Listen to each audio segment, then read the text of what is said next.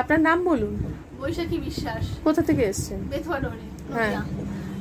আমার কি সমস্যা নিয়ে এসেছিলেন? সমস্যা বলতে আমার প্রথম সুগার টেস্ট করি, সুগার টেস্ট করার পরে সুগারটা বর্ডার লাইন।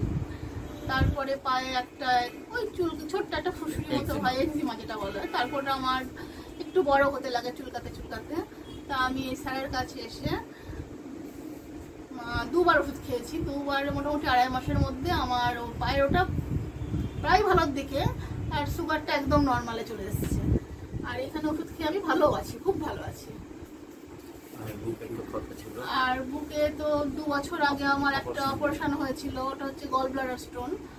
ওটা অপারেশন করার পরে আমার 1.5 বছরের মধ্যে আমারটা খুব চুলকাতো, মানে সপ্তাহে 3-4 দিন খুবই চুলকাতো।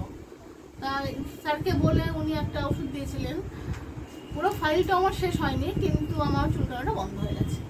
মানে এখন আপনি সব হ্যাঁ খুব ভালো আছি, সব দিক দিয়ে খুব ভালো আছি। স্যার আপনি বলুন এবার। বৈশাখী বিশ্বাস পেশেন্টের নাম। প্রথম যখন আসে উনি তো বললেন, আমি আর কি ডায়াগনোসিস গুলো বলছি, ওনার কষ্টগুলো বলবেন। উনি তো জানেন না কি কি রোগ ছিল।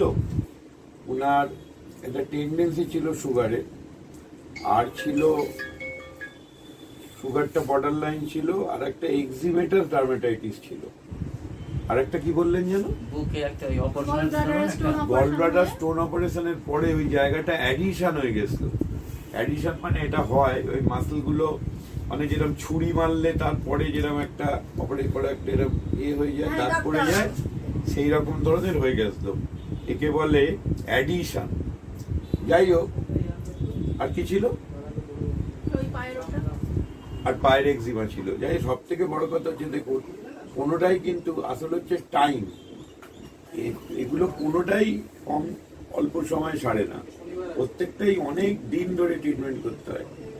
আর এগুলো কিন্তু আমার কাছে জাস্ট 2বার মেডিসিন খেয়েছি, 2বার মেডিসিনে প্রত্যেকটাই প্রায় সেরে গেছে।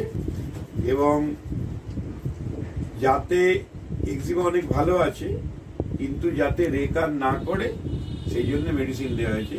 মেডিসিন ছিল কমন সল্ট বা নেট্রামিউর গ্রুপ, এবং সেই ওষুধই আবার দেওয়া হয়েছে। এবং আমরা যেটা বলি, ভালো থাকলে আসতে হবে না, আবার খারাপ থাকলে আসতে হবে। Thank you.